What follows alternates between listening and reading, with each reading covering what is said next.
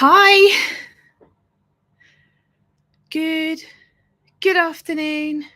It's Emma from Nurturing by Nature, and we are going to do a live for you because it's Friday, and today there's a couple of topics that are basically things that we've been asked this week, follow on from last week. So we've got the opportunity to win the products that we feature in the video. So do get involved later on and find out how and what you can win. If you watch the video, you'll see what you can win. And obviously, you know our story. My mum is Nettie, and she founded Nurturing by Nature back in 2004. And basically, myself and Adam and our amazing team all work together to bring you as much information on raw diets and good raw food, obviously, that we can do. And our team are fantastic. And obviously, Nettie's my mum, so she's fantastic. And then we just basically banish all the heavily processed products that you can get out there and moving towards a nice natural raw diet for your pets. And today we are looking at creating some ideas into diets that you can include to enhance your pet's food. And the other thing I'm going to go over briefly is how and why it's okay to feed a raw food to your puppy. So we're Nurturing for Nature. So you don't just have to feed a raw diet. Some of these things I'm going to go over today are things that you could do to enhance any food that your dog is being given by you. We would recommend the more variety that you feed, the better. Like your dogs and cats are very capable of removing everything they don't need from their bodies, and certain vitamins and minerals are actually expelled in their urine. So you can't really go wrong if you add a few extra bits to enhance your dog's food.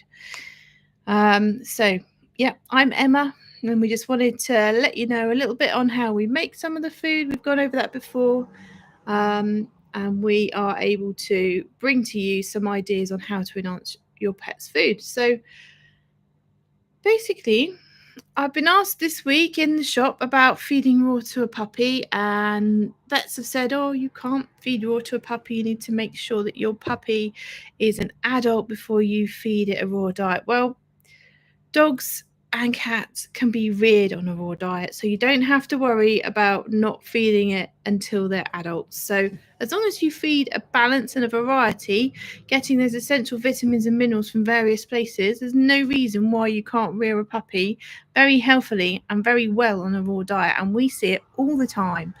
And I've heard on countless occasions that my dog is raw fed, and I've been back to see him, and we've done a puppy meetup, and he is either bigger or healthier or even just stronger and looks healthier. His eyes are brighter than the other puppies in his litter.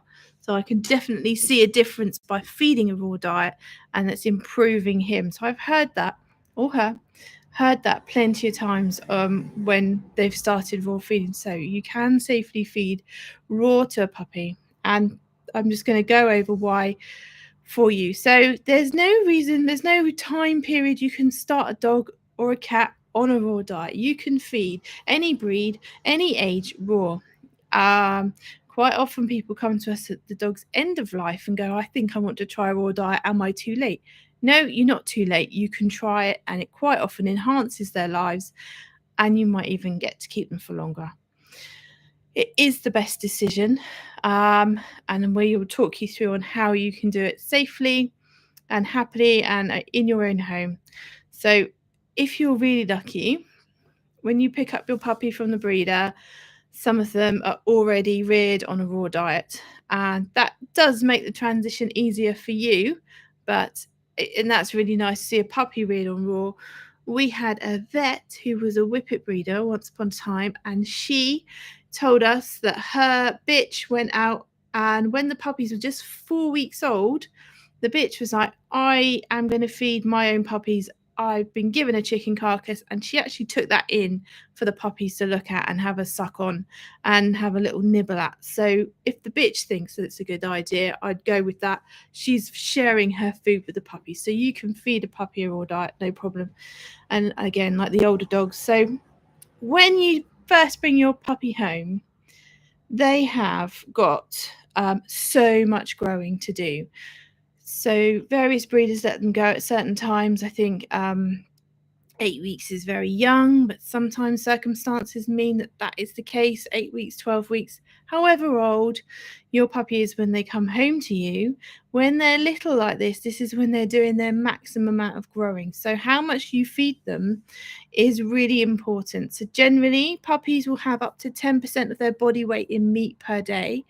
And it's a really, really easy way to work that out. So say, for example, your puppy's weighing 4 kilos.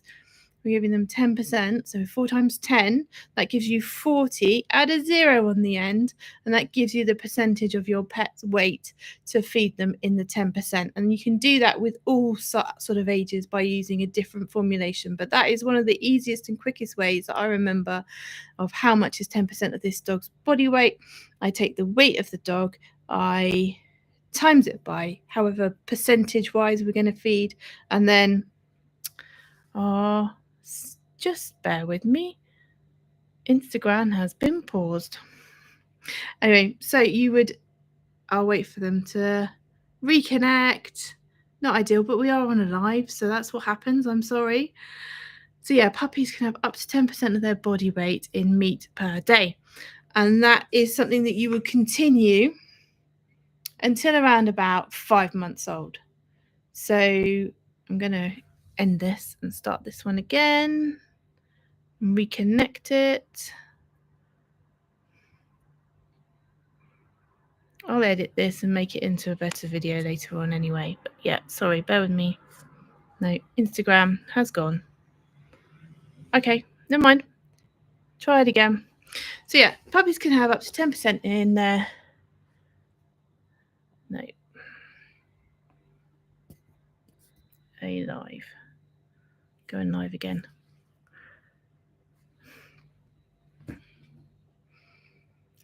Up to 10% of their weight in meat per day. So the 4 kilo example, 4 times 10 equals 40. Add the 0 on, there's 400 grams. That's what your puppy of 4 kilos can have in that day.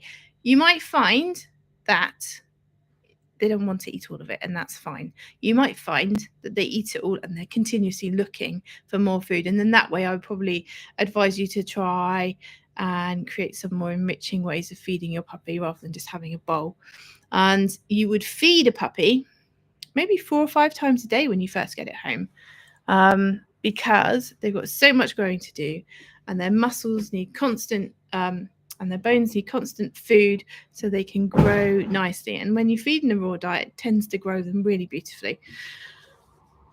So around about 5 to 6 months, it's really not uncommon for people to come in and say, my dog absolutely loved the raw food, but he's gone off it, and I'm worried that he's not getting enough food. Well, they have stopped growing quite as much at that age. They go through stages in their growing up where they are up and down with how much fuel they need to grow nicely. So sometimes they're not as hungry, they're not doing as much growing, so they don't need it as much. And dogs are quite clever. Generally, depending on the breed, they might not eat it because they don't want it and they don't need it. Okay, so 5 to 6 months, it's really not uncommon to get, certainly for us in feedback in the shops, and to find out that the dogs have gone off it a little bit. And then that point there, we would say you just feed a bit less. So find out how much that your dog needs. Generally 6 months. Again, it does depend on the breed, maybe 5 to 7% depending on their growth, but you do need to take in considerations of their breed. So large breed dogs, they mature a lot slower, so they are growing a lot slower. So it's not uncommon for something like a St. Bernard to be 1.5 years, and still that's really when they become an adult. Smaller dogs, they grow and they mature a lot faster. So it is all dependent on the size and the breed of your dog or the cross that they are. So definitely bear that in mind. And just remember, no dog is the same as another, even if it was the same breed. Different people have different metabolisms. You know, I've got friends who eat loads and they're as skinny as a rake, and other people eat less. You know, their metabolism is different, and they tend to hold on to the food. So for a puppy, we would transition them on with the mince to start off with, because if they haven't come to you already weaned on a raw diet, then you can start them off on the minces. Usually a breeder would pass on some of the food that they were feeding anyway, so hopefully you'll have a little bit of that, and then we would just transition them over time. So depending on how much of the food that the breeder's given you, we would then look to feed a small amount of raw alongside a meal the next time of the other diet that they were having, and you could either alternate it, or you could just feed sort of three raw meals and two whatever else meals, and gradually reduce the amount of the other food and increase the amount of raw over time. And you could do that over 1 week, you could do that over 2 weeks. If you've only got a tiny amount of food from the breeder, you just do it quite quickly, but by feeding lots of small meals over the course of a day, you should be absolutely fine. So there's no, you won't have any problem with that. And then you'd start off on the minces, which are these. We do have the smaller packets, and I didn't bring them with me, but these are the 500-gram minces. Typically a Labrador is probably going to eat that in a day. There's 500 grams in there. I would say generally like an 8 to 10 week old golden retriever, you probably look at about 700 grams a day or so. So that's the time when they're doing the most growing. That's the time when you feed the higher percentage, the 10%. Then we would, so starting them off on the minces, and you could do that for as however long that you feel comfortable to do it. So some people would do it for a week, some people would just get straight in, especially with a dog that's come already weaned on a raw diet. They will probably come with bones, like these chicken carcasses. The chicken carcasses are quite a good size for a puppy, and they're quite a flexible bone, and you could stuff that if you wanted to. It's a very flexible bone. There's not a lot of actual bone in there. It's mostly cartilage and meat, to be honest, because these birds are very young when they're killed. So the bone hasn't had the chance for full ossification yet. So there are some harder bits, but mostly it's cartilage and meat, and it's very flexible. So puppies really enjoy the carcass, and that's a good bone to start them off on. And then you would go on to feeding a variety over time. So that leads me in to the variety side of things. So I'm going to go over some of the products that I've got to help you with the variety, and everything we have here today I will put into a little competition for somebody to win next, and we will announce the winner next Friday on the live. Okay, so we have had some questions as well this week. What are we producing this week? So I'll quickly delve into that. Production, we've got 100% beef, which is made up with the liver and the 100% beef, and we've got that's beef, meat, and tripe, and we've got chicken and liver being done as well. We've got the wings and drums and necks. We've got venison feet, lamb heart, and we're doing chicken and oily as well, apparently. Venison feet, they're fun. Has anyone tried any of those yet? They are pretty good. Dogs seem to really like them, and they're a hairy chew. Yeah, some dogs absolutely love them. Okay, so let's go back into variety. Variety is really key to feeding a well-balanced raw diet, because if you consider how you eat, I do not eat the same things in the same plate every single day. I send my kids off to school with a similar kind of meal in their lunch boxes because that's convenient and I know they're going to eat it. But in the evening, they're not going to have the same meal every day. So they will get a variety over time. And that's how we advocate feeding a raw diet, a variety over time. If you eat a pizza, do you eat pizza every day? Some people do, and they're not the healthiest. And that's the same application to your dog. If you feed the same thing every single day, they're not necessarily going to be the healthiest, because either that food has been made in a factory where it's just fully processed, highly processed food. So you need to feed a variety over time. That's really, really important. And that applies to things like treats, minces, bones. So feeding a variety of different textures as well as different foods is really important. By feeding a variety over time, we end up offering a good balance of vitamins, minerals, amino acids that your dogs need. And I know we use a lot of chicken within our food, and some people don't like that. But we use chicken because chicken is very available in the UK. It's a very highly available product. Also, a cat or a dog could easily catch, kill, and eat a chicken. So it's a really appropriate meal for a dog also.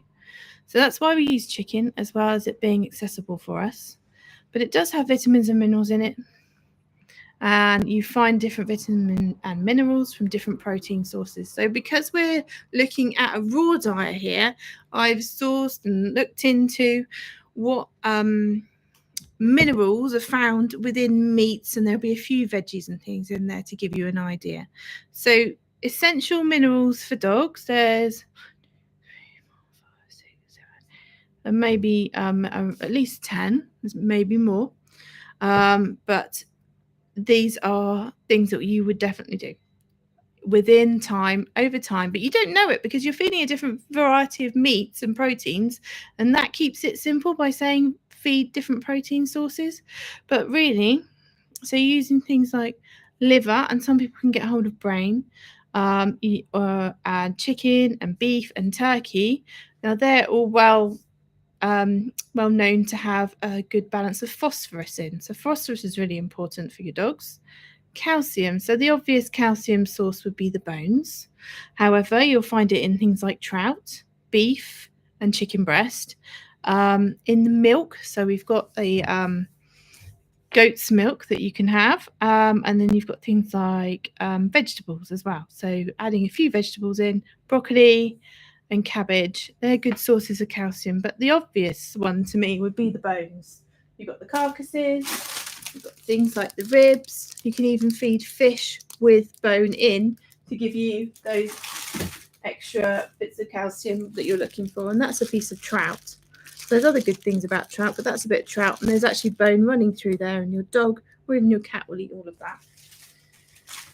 So that's phosphorus and calcium. Iron. Okay, so iron you would find in beef, lamb, turkey, chicken, egg yolk. It says not the egg white, but just put the whole egg in. What have I got? Oh, beet greens, apparently high in iron. So last week we were talking about baby veg that you can put in the freezer. Beetroot greens, and liver.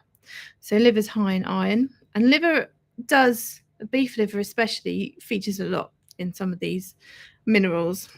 Okay, so copper, another thing that they do need to find. You will find that in beef liver. You can feed beef liver in things like the mince. So this one here is the chicken and ox liver mince. So that's a mince with it in, and we put the right proportions of liver into it. So if you gave a whole liver of beef liver, I mean they're huge by the way.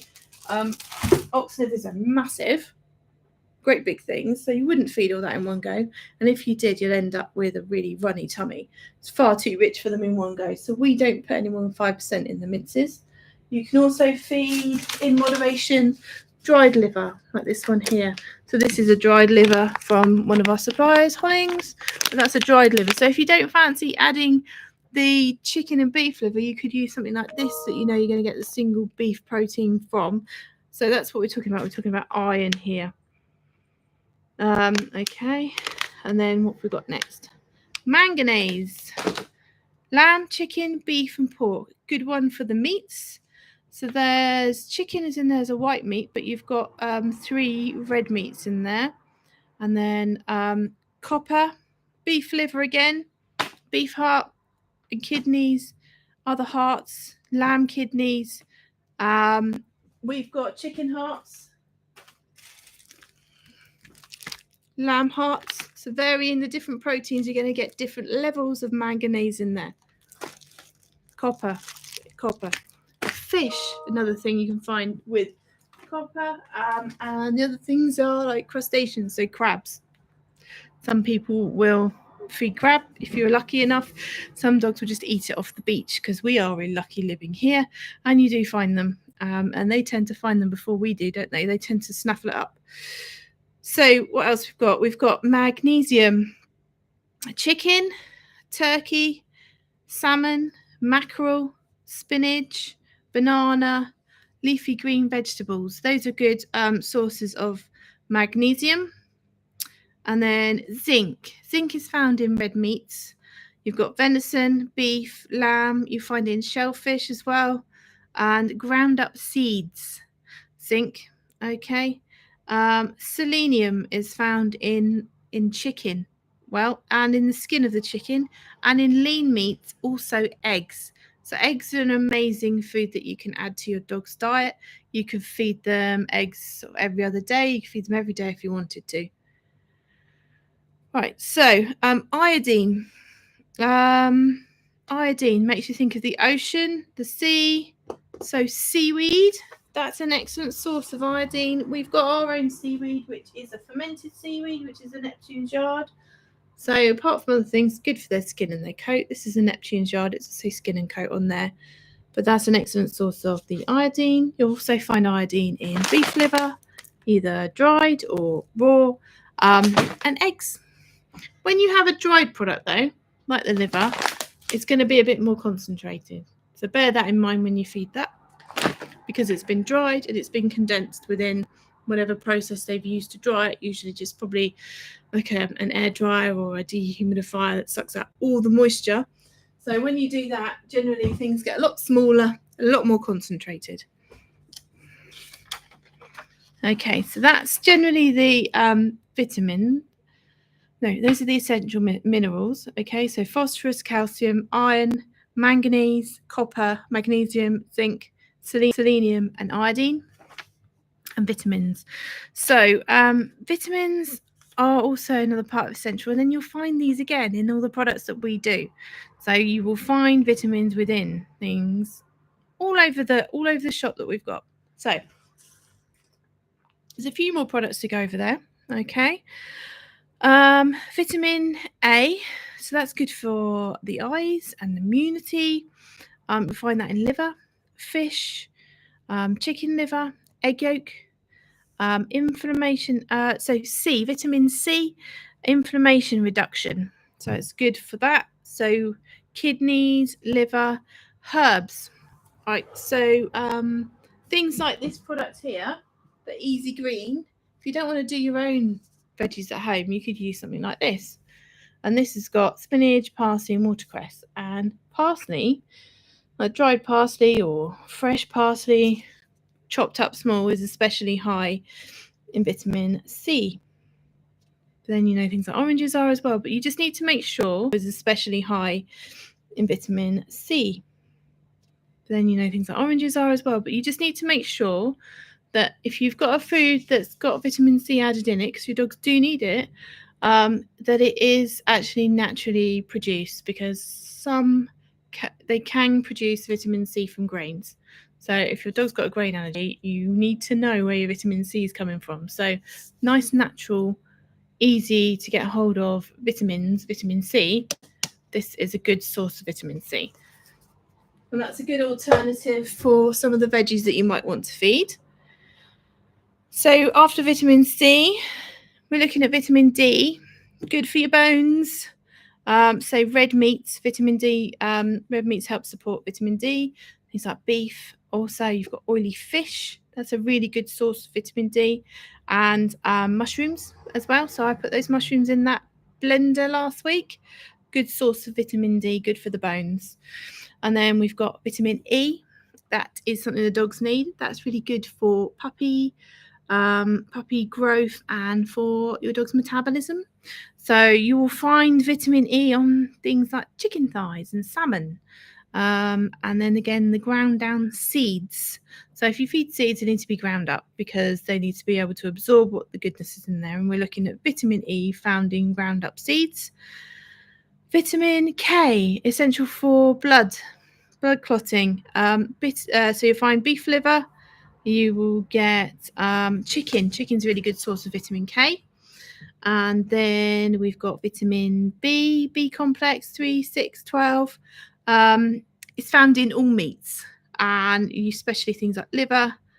And that's the liver is packed with vitamins, B vitamins, and that's good for the energy and good for brain. And then you've got things like folic acid. So you don't find that as much in meats. You would find that more in dark green leafy vegetables, spinaches, broccolis, that sort of thing. So that's why sometimes it's a really good way of adding extra vitamins and minerals into your dog's diet by adding some of these things when you blend up a bit of broccoli or some of the spinaches. I expect you'll find that this is probably a really good source of folic acid with the leafy greens. And there's one more, which is choline. I can't even remember how to spell it now. I think it's choline. So you'll find that with salmon, liver, and egg yolk. So that's why we say you feed a variety. There are so many things that we do that give not just one or two of these essential vitamins and minerals. Each thing is packed with it.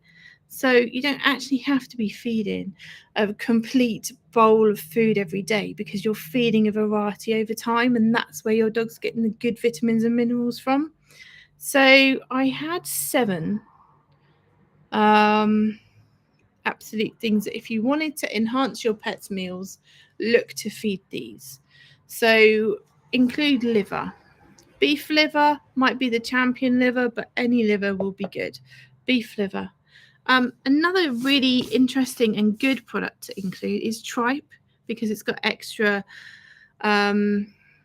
bacteria in it, because it is. But when you feed a tripe, make sure it's a raw tripe. So we do a mince with tripe in, or we do the chunks of tripe, or we do dried tripe. So this is the chicken with tripe. And you can see, so whenever you, because our clear packaging is nice and clear, you can always see what's in it, and that here, that's a bit of tripe in there. Okay, there's more around the edges. You can see lots of it. So you'll see it when you take these home, you'll see that the minces are different, and you can definitely see the ingredients in there. So you know that we're generous when we put it in there. You've got it. We've got the tripe with the chicken. Some dogs don't like the tripe on its own. You know, to be honest, people really don't like the tripe on its own because it is a bit fragrant, but the dogs absolutely love it. This is some chunk tripe. These are just raw green tripe chunks.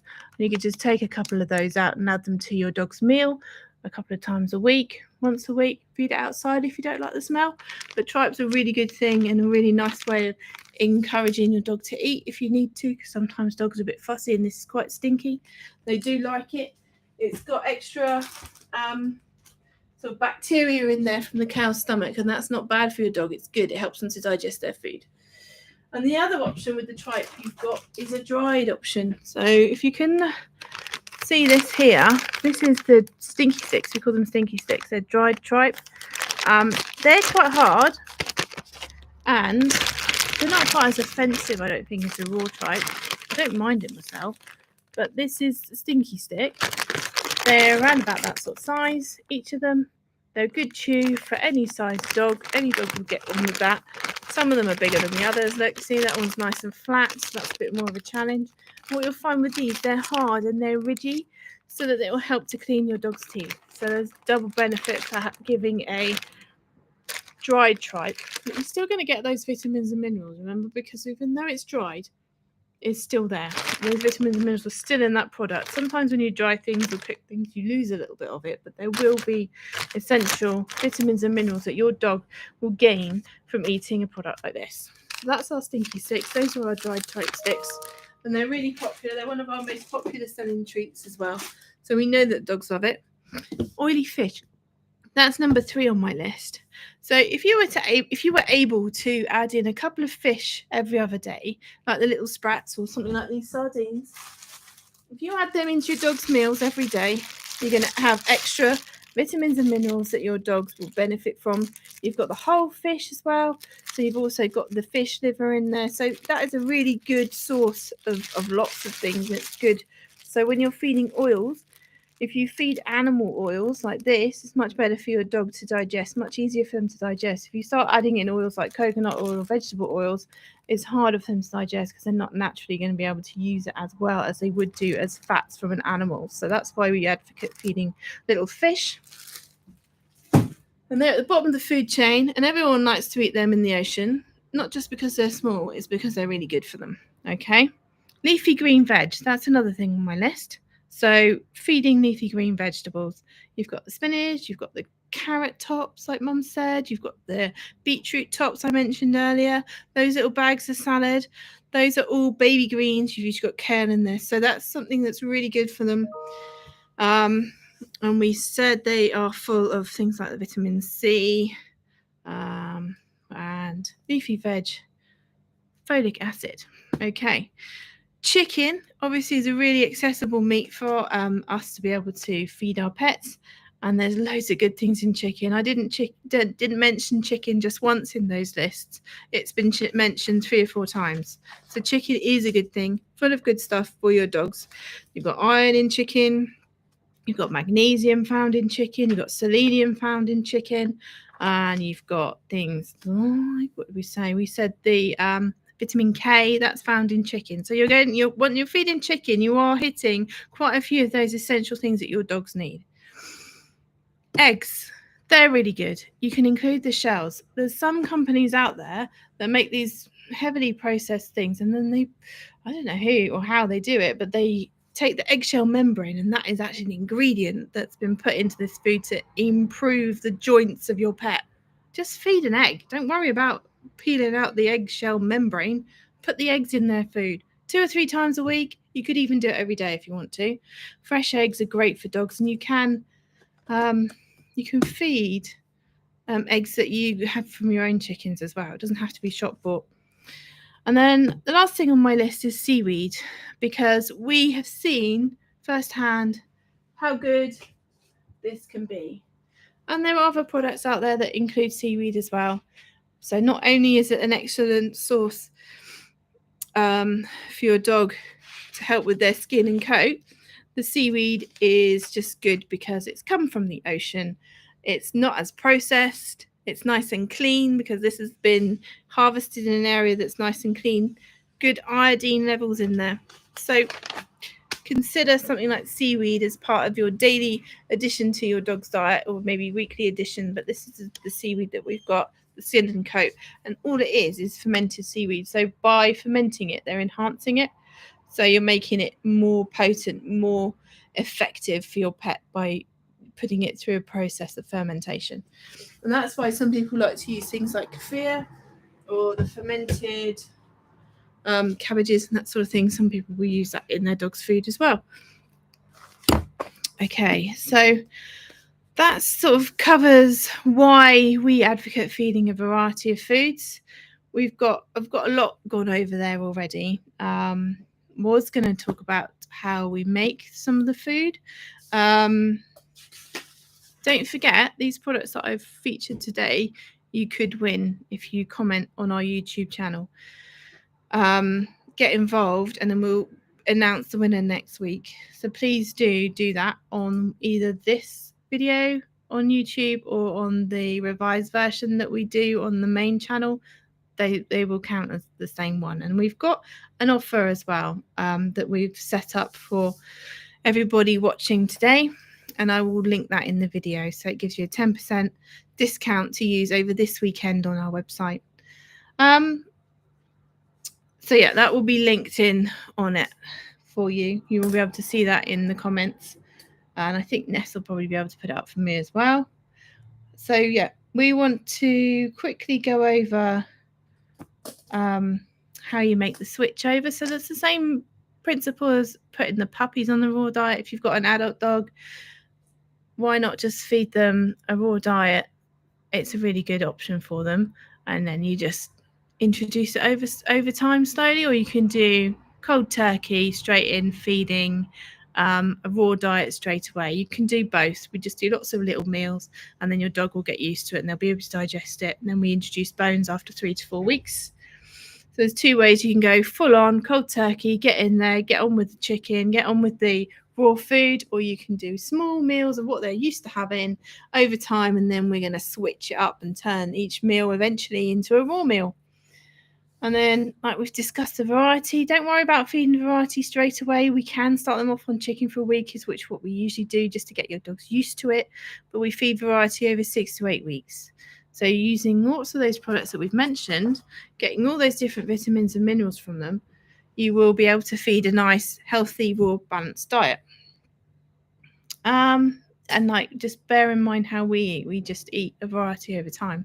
Same for your dog. You can overfeed on certain things. So if you feed too much bone, your dog's poo will become quite hard and very hard for them to pass. You want their poo to be firm, but you don't want them to have to strain forever and it come out white. So that would be an indication of too much bone. And earlier I mentioned what happens if you feed too much liver. Go straight through them and you'll end up with a bit of a mess. So just be mindful of how much they have of something. If they happen to eat it accidentally, there's lots of ways that we can help you. Say if your dog's got constipation because they've eaten a bone that they shouldn't eat all of, we can use a bit of liver to help push that through. Yeah, so we'll be back next week. We've been asked to cover allergies as well, so we will give you some information on allergies. Nettie's got some bits of really good key tips that she helps people with. A lot of people come in saying my dog's allergic to chicken, they can't have that, but is it necessarily an allergy to chicken or is it something else? Yeah, that's our day today. Sorry it was a bit disjointed here and there, but I will do a better video for you so that you can see it on the system. Don't forget to subscribe to our channel if you happen to be on YouTube. That's really helpful for us. We need more people to subscribe so we can let more people know about raw feeding. Share it if you get the opportunity. If you found any of this information useful, please share the videos or share some of the information, or even pass on about nurturing by nature to your friends. And then don't forget the competition to, it's going to get involved to win some of these products that I've mentioned here. So you can win some minces, you can win some fish, the dried fish and the raw fish, with the trout and the sardines and the sprats. You've got some bones here. We'll top them up, one chicken carcass. If you've got 3 dogs, that's not much fun, but we can put a few of those in. We've got some lamb ribs. You've got the tripe chunks, tripe sticks, some Neptune's yard. I'll even throw in one of our lovely bags for you as well. And it's got some hearts and things. It won't be this lot. We'll put it together again. But these are just as demos. These will go to our team members. They'll use these up for their dogs. So yeah, that's our day today. Hopefully you found it interesting. If there's anything you want us to cover, we'll definitely help you out if we can. And then that's it. Thank you ever so much for joining me today. Thank you.